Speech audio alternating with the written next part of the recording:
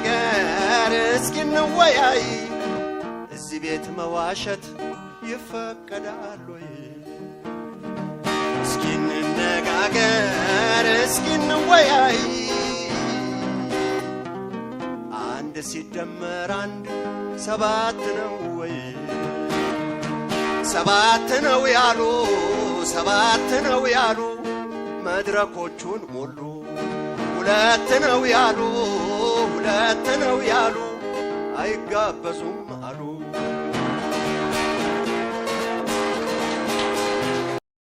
ሰላም እንደምን አላችሁ ደህና ናችሁ ወይ እግዚአብሔር ይመስገን እዚህ ደርሰናል ከዚህ በፊት በተከታታይ መጽሐፍ ቅዱስ ስለ ቅባት ምን ያስተምረናል በሚለው መግቢያውን ክፍል 1 እና ክፍል 2 አብረን ተመልክተን ነበር በክፍል 2 ስር ዛሬ የምንመለከተው ደግሞ መጽሐፍ ቅዱስ ስለ ቅባት ምን ያስተምራል በሚለው ስር ቅባትና መንፈስ ቅዱስ የሚለውን ርዕስ እንመለከታለን እግዚአብሔር ዳዊትን በመቀባት ለንግስና በለየው ጊዜ መንፈሱን ሰጥቶት ነበር አንደኛ ሳሙኤል 16:13 ይባርጉ አሁን እቺን ነጥብ በመያዝ ብዙ ኮተት ያመጡብን ሰዎች ስላሉ ካሁኑ ነው ተጠንቅቀን መዳመጥ ያለብን ማለት ነው ዳዊት ተቀብቷል እውነት ነው ቅባት ነው ተቀባ እውነት ነው ያ ቅባት እግዚአብሔር መንፈሱን ሊሰጠው የነበረው ሐሳብ ነው ማለት ተግባራዊ ሆኗል በኢሳይያስ 61 ቁጥር 1 እስከ 4 ላይ የተገለጸው በዛን ዘመን ትንቢት የተነገረለት አገልጋይም እግዚአብሔር ለአገልግሎት ስለየው መንፈሱን በላዩ በማድረግና በመለየት እንደቀባው ቃሉ ይናገራል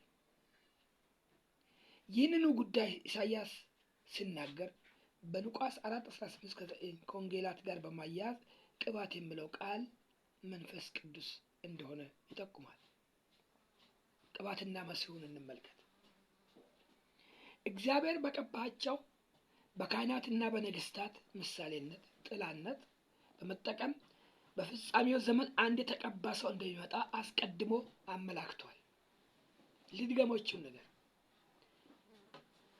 እግዚአብሔር በቀባቸው በካህናትና በነገስታት ምሳሌነት ወይም ጥላነት በመጠቀም በፍጻሜው ዘመን አንድ የተቀባ ሰው እንደሚመጣ አስቀድሞ አመላክቷል እሱም መሲህ በመባል ይታወቃል ሉቃስ በወንጌሉ ስለ ስምዖን ሲናገር የተቀባውን ሳያይ እንዳይሞት በመንፈስ ቅዱስ ተረድቶ ነበርና ሉቃስ 2:26 ተብሎ በተነገረው ሐሳብ ውስጥ እንደምንነገር በተነገረው ሐሳብ ውስጥ የተቀባውን የሚለውን ቃል ለአንድና ለመጨረሻ ስለተቀባው መሲህ እንደምናገር ያመለክታል እንጂ ከዛ ቀደም ሲል ማንም አልተቀባም ማለት አይደለም ብዙ ነቢያት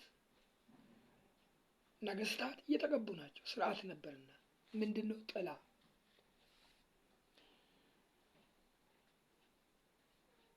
የተቀባው የሚለው ቃል ማንን ለማለት እንደሆነ ግልጽ ባልሆነልን ነበር አስቀድሞ ባይነገረን ኖሮ ይህንን ሐሳብ ይበልጥ ለመረዳት የተቀባ ማን ነው በሚል ርዕስ ስር የተገለጸውን እንመለከታለን አብረን የተቀባው ማን ነው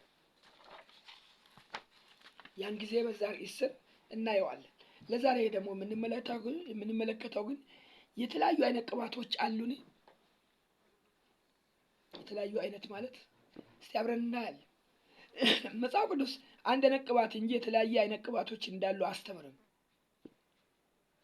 በቅባት የተመሰለውንም መንፈስ ቅዱስ አንድ ነው ሁለት መንፈስ ቅዱስ የለም የሚሰፈር ደረጃም የለም ለኔ ቢጤ ለመሐመድ እቴ 10% ለገብረ ክርስቶስ 90% ለወልደ ዮሐንስ 100% የሚባል ነገር የለም ላመነ ልጁ ለሆነ በልጁ ደም ኃጢአቱ ለተሰረየለት ለተደመሰሰለት ዛሬም እንደ አንድ ክርስቲያን ክርስቶስን በመምሰል እየተጓዘ ላለው እግዚአብሔር መንፈሱን ሰፍሮ አይሰጥም እኔ አይደለም ቃሉ ያለው። እገሌ የተቀባ አገልጋይ እንዴ! እሺ ሌላው ምን ይሁን? ሌሎቹ አገልጋዮች እንዴት ይሁኑ? ምን እስቲ አብረን እንመልከት። በቅባት የተመሰለው መንፈስ ቅዱስን ያሳያልና ነው። አንደኛ ቆሮንቶስ 12:6 ላይ ልዩ ልዩ ስጦታ አንደኛ ቆሮንቶስ 12 ላይ እንዳለ ይናገራል እንጂ የተለያዩ አይነት ቅባቶች አሉ አይልም። ወርቃማ ቅባት፣ ብራማ ቅባት፣ ምናምን ቅባት እንግዲህ ወዘተ የሚሉት ገለጻዎች ቢያንስ ከአዲስ ኪዳን አስተምሮ ከአዲስ ኪዳን የእግዚአብሔር ሕዝብ አንጻር ድርሳነ ፈጠራ ተብሎ ይጠራሉ። አይ ይችን ቃል ዶክተር ተስፋዬ ሮበሌ ሲጠቀም ድርሳነ ፈጠራ፣ ድርሳነ ባልቴት፣ ድርሳነ ምናምን በጣም ደስ የሚል ቃል ነው። ለውሸታሞች ውሸታም ስለበዛ ውሸታም ከማለት ድርሳነ ፈጠራ። ወርቃማ ቅባት፣ እሺ ብራማ ቅባት የኔ ምን አሉሚኒየም ናስ ነው መሰለኝ እኔ ይደርሳል እዛ።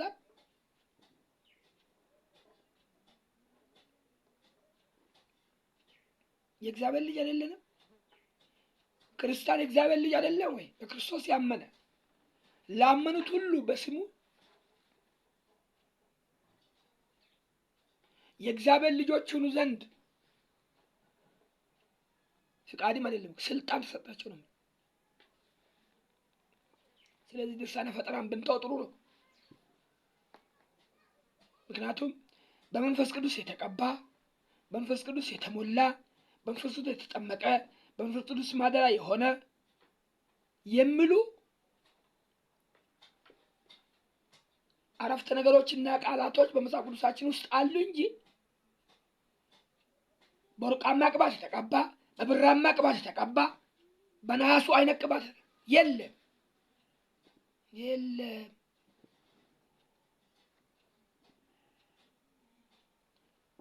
በቃ እንደዚህ ነው። በመንፈስ ቅዱስ ተቀባ ነው እገሌ።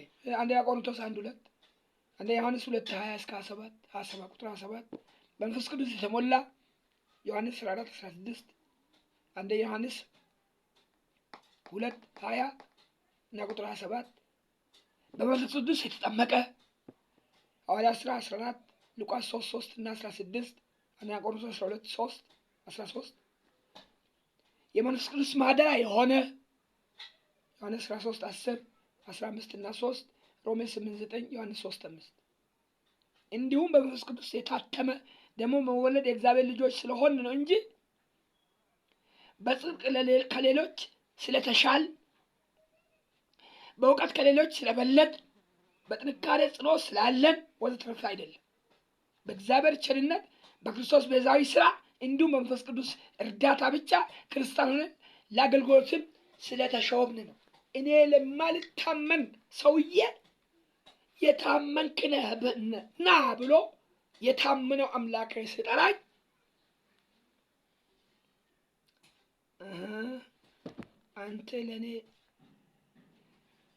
አንተ ወርቃማ ብረት ይዘህ ለእኔ ብራማ ትቀባኛለህ። የለም እንዲህ ብሎ አዲስ ኪዳን መጽሐፍ ቅዱስ አይናገርም። እንደዚህ አይናገርም። እግዚአብሔር መንፈሱን ሰፍሮ አይሰጥም። እግዚአብሔር የእንጀራ ልጅም የለውም፣ የልጅ ልጅም የለውም። ልጆቹ ነን። ልጆቹ ከሆን ደግሞ ወራሾቹ ነን። ልጆቹ ከሆን ደግሞ የመንፈስ ቅዱስ ማደሪያ ነን። ወርቃማ ብራማ አንድ አገልጋይ እግዚአብሔር ይባርከውና የነቢያት ጸጉር ቁርጥ ብሎ ስናገር አይቼዋለሁ ሚዲያ ላይ። የነቢያት ቁርጥ ምንድን ነው አለ። እንደዚህ ምን ይመስላል ነው አለ። ፓፓያ ነው ይመስላል። በቃ እንደዚህ። የኔ ወንድም ፓፓያ ማቆራረጡን ቶ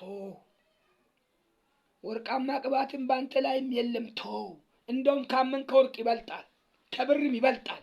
የጌታ ኢየሱስ ክርስቶስ ደም ከምንም ይበልጣል፣ ከምንም ይበልጣል።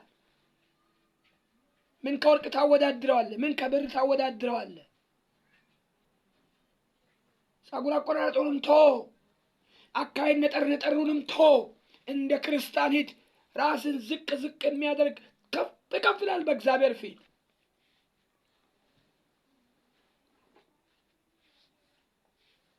ተወሱን ምናልባት ግፋብል ብር ነው የምታገኘው፣ ገንዘብ ነው የምትሰበስበው፣ ሌላ ነገር የለም። ስለዚህ በጽድቅ ከሌሎች ስለምንሻል አይደለም የተሰጠን፣ አይደለም የተቀባ። ሁለተኛ ጴጥሮስ ምዕራፍ 2:9 ላይ እናንተ ግን ከጨለማ ወደሚደነቅ ብርሃን የጠራችሁ የእሱን በጎነት እንድንናገር የተመረጥን ትውልድ፣ የንጉሥ ካህናት፣ ቅዱስ ሕዝብ፣ ለርስቱ የተለየ ወገን ነን።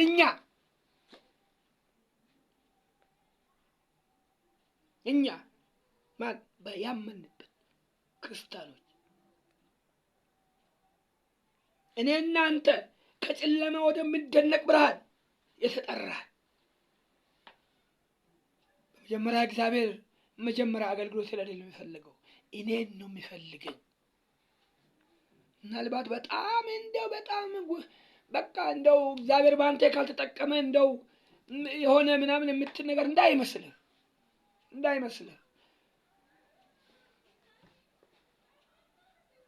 ስለዚህ